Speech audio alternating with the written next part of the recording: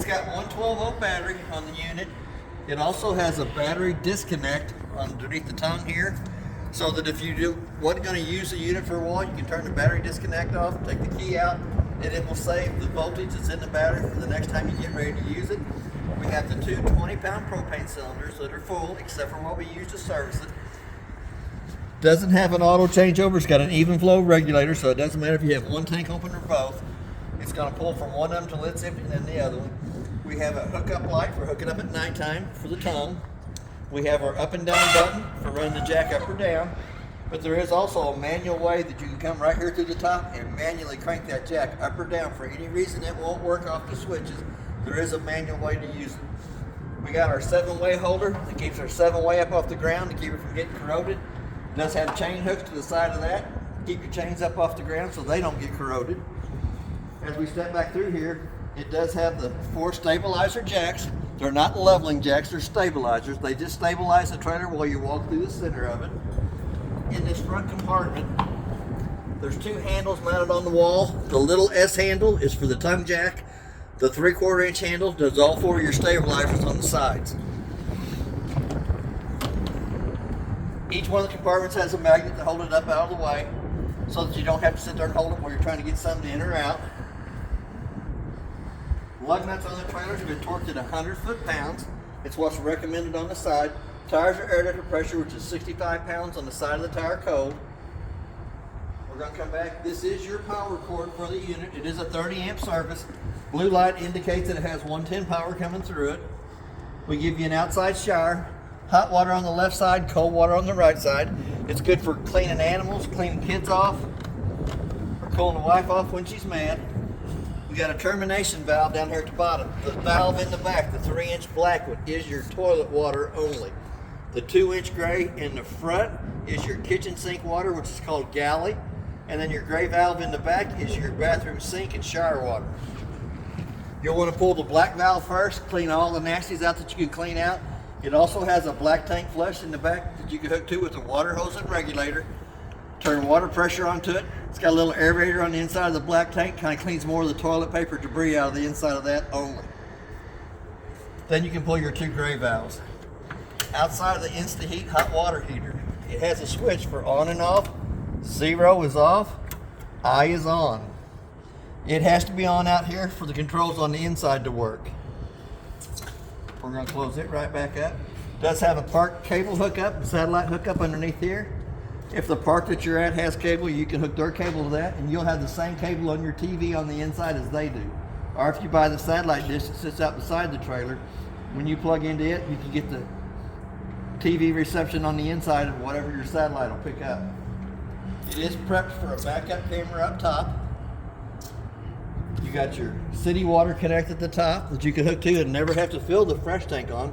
Work right off the water pressure going through that hose. And then the black tank flush is right down below it that you'll use while you're helping clean out your black tank only. It does have a spare tire on the back. It is air ducted pressure. 65 pounds on the side of the tire cold. We're coming around to this side here. We have our 2 low water drain points. The blue is the cold side of the water system. The red is the hot side of the water system. You'll use that when you winterize and de-winterize the unit. Steps by the back, lift up, pull out, come down, accesses you into the bathroom so that you don't have to traipse through the trailer every time you want to go in and use the bathroom. We do have the 2 outside speakers. I'll show more about that when we get to the stereo on the inside. You have a vent here for the stove range to bring smoke from the inside to the out. Anytime you're not using it in travel, you'll want to clip it back down into place so that it doesn't sit there and flip till it breaks out. Outside of the furnace is next. Going to suck cold air in the top, hot air out the bottom. I always suggest putting a mud dauber screen over the outside of the furnace. The mud dauber screen is less than 20 bucks. It's $145 an hour for every hour that we have to take the furnace out to clean the mud daubers out of it. So that's a wise investment. You also have a port spray connection over on this side that gives you cold water only into this side of the unit. Your freshwater tank will fill here, fill with the water hose. The valve for it is right between the 2 axles down at the bottom. Big 2-inch white valve. You have a place out here for a 110 outlet. Part cabler, our satellite hookup out here, so if you wanted to watch TV underneath the canopy. We got the outside grill that pulls out, locks into place. Black hose hooks to the back of that. Comes down to the connection right down here below by the frame and works off the 2 propane cylinders on the front. We're going to go inside the refrigerator. The refrigerator has controls in the upper right hand corner for it. It is 110 only. It has to be plugged into 110 for it to work on this side over here. We're going to go up into the front compartment before we go into the inside of the unit. There is a bag on this corner, this one on the inside, that is for your clothes. It has a dry erase surface out here that you can write how to put the trailer up while you're getting ready to set for camp, or how to break it down, either way you want to go. We're going to go back to the front door. We're going to open up the handle, open up the door as fully extended as far as we can get it. It has a blue handle on the left hand side that locks the steps into the door frame. We're going to pull and allow that to come out. It has a push button underneath each one of the legs, 15 to 18 slots on the legs for adjustment.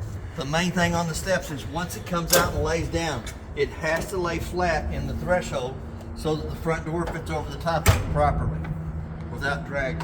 So we're going to open that right back up. We're going to come into the inside. It does have a working fire extinguisher. It does have solar panel digital readout at the top. Tells you what the solar panels are putting out to the battery. We're going to come down. We're going to check the battery life in here. This is not really accurate. You have to have the 110 line unplugged before you push the button. Anytime you push it with the 110 line plugged up, it's going to show you fully charged. Freshwater tank still has 2/3 of a tank of water in it. Black tank is empty. Gray tank is empty, which is your bathroom sink and shower. And your galley tank, which is your kitchen sink water, is empty. The red switch to the left, right down below that, turns the water pump on between the freshwater tank and the faucets. Second light here turns your LED lights on your awning. The second switch turns your lights above your slide room on. We're going to go ahead and run that slide room out. You always want to make sure there's not a tree or a vehicle parked up along that side there. We had the room out earlier, so we know there's nothing there. And then this switch over here runs your awning out. I can only get your awning to go out so far because of the trailer in front of us. But I'll let you run it out a little bit so we can see the LED lights up underneath the top of it. No holes in the canvas on the top 2 rungs. We're going to come back down here to the Suburban InstaHeat hot water heater. It has an on switch on the outside. We have a button controls this inside. Anytime you turn the faucet on to let the water run, it's going to show you the shower part of it, little fan running, and then it's going to show you flames on the right hand side. And as it goes, you can watch the temperature go up on it. It is also a Celsius and Fahrenheit. You can change it to Celsius if you wanted to. You can adjust the temperature up and down on your water. And as you can tell, it's already got hot water coming through it. Handle has to be pulled back on the kitchen sink. Left side of all your faucets have hot water. Right side is your cold side of your faucets. It does have a little dish drainer that goes over the top here for washing your dishes. The brown vent on the bottom of the cabinet brings heat into the doorway of the area. 2 remotes. The little one does the fireplace, turns it on and off. You have the temperature off, low, or high. You can change the color of the rocks in the bottom. If you leave the rocks on green, they'll rotate between all the colors. You can also change the color of the flames from 1 to 5. It has a timer on it from 1 to 9 hours. So that if you fall asleep in the trailer and you want the fireplace to go off while you're sleeping, it tells you exactly how many hours it'll run. The red button turns it back off. The little bit bigger remote turns your stereo on.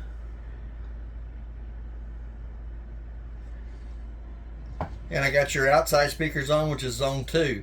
If you wanted the inside speakers to work, that is zone 1. It's on the controller itself. You can dial it up or down for whatever radio station you want. It also has an HDMI hookup on the front of it and a USB port. There is a place for a TV right above that. There is a booster and a 110 outlet to plug your TV into. Come up through the little hole here in the top of the cabinet to plug your coax cable and your 110 in on your TV. We're going to go ahead and turn that stereo back off.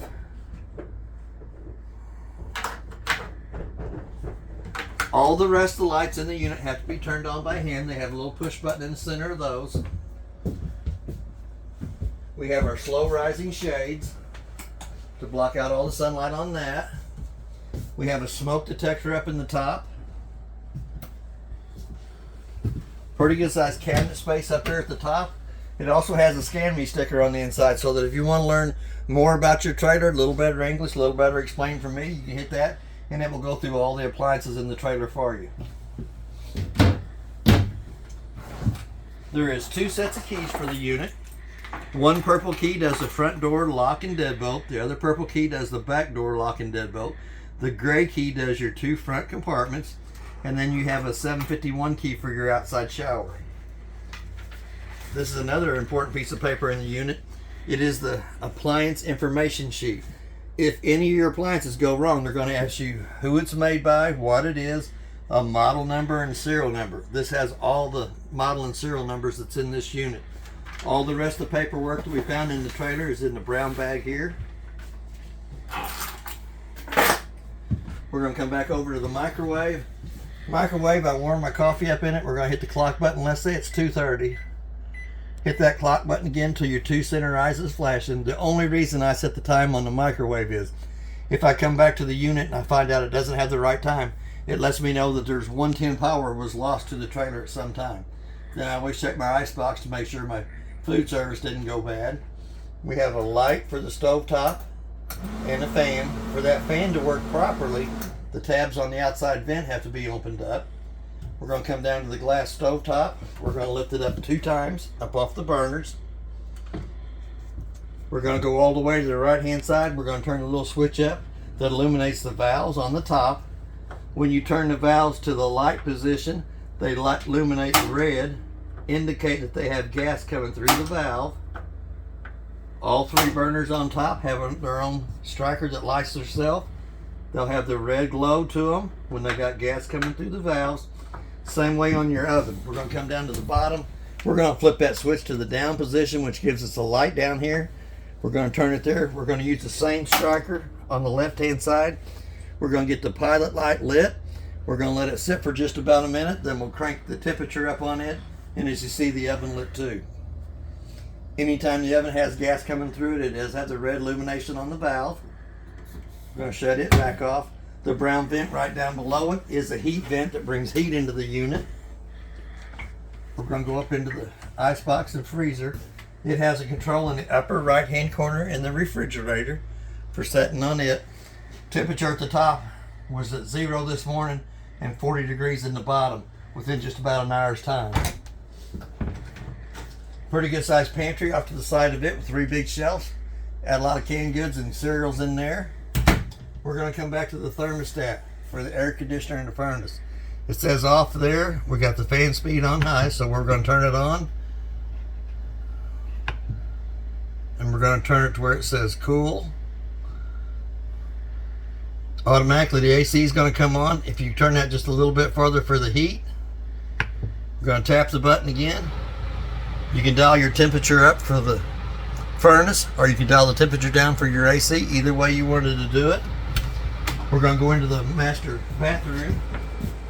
It does have a switch on the wall for turning the light on. It does have your GFCI outlet to the left side of the bathroom sink.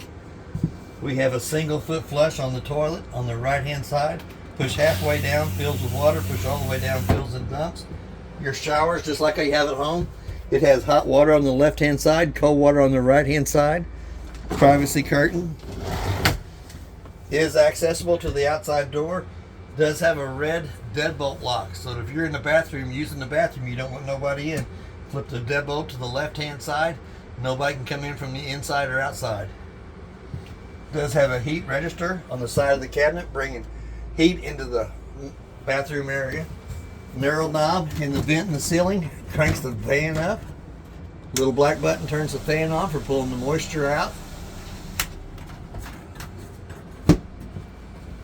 We're going to step back out of there. We're going to come into the bunk area. Each one of the bunks has a light above it and a USB port on the off-door side of the unit. Does have a LP carbon monoxide detector at the bottom of the kid's bed. We have our master control for our 110 breakers and our 12-volt car fuses down underneath here, and they are all marked on the side. Coming down through here is your 110 breakers. Coming over here this side gives you your 12-volt fuses. Anytime a 12-volt fuse is blown, it'll have a little red light off to the right-hand side of it that lights up. And you can also see that through the tinted window on the inside. Your tabletop comes off the 2 pedestals, goes down between the 2 benches. You use your 2 back cushions to go over the top of the table to make a bigger bed for littler guys there. You got storage underneath each one of the benches. The back of this side of the bench can be turned the opposite way, making the couch longer, more versatile, give you a longer couch and a shorter bunk space over there. It does have storage underneath your couch. It does have the 3 storage bins underneath it. It is magnetized. It holds it up with a magnet. Smoke detector, and you do have the quick cool down on the AC. Each side of the vent opens up, lets all the cold air come down into here. Once you shut that back off, it'll go to the round vents in the ceiling. That's basically everything on your unit. Front room. Oh, let's go to the front bedroom. I forgot about it.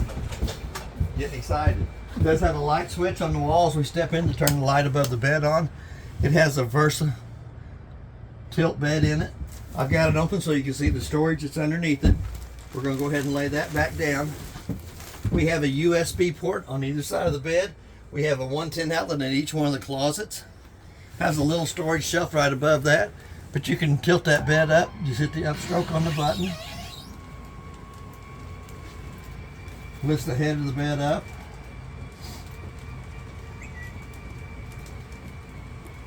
There is a spot for a TV on this wall here. 110 outlet to plug it into, coax cable to hook it to. Works off the antenna on top or the part cable hook up in the back. The bed just lifts up so if you want to watch TV while you're laying in here. Has a little storage on the right hand side that has the clothes hamper in it that you can throw your old dirty clothes in. We do have a fire escape window on the off door side over here. A little bit bigger windows on both sides in the bedroom area. The little white plate up here at the top side is for the awning that's on the outside. That is where your wire connections for the awning are. But that's basically everything on your unit. If you have any questions, I'll try to answer them the best that I can. Thank you.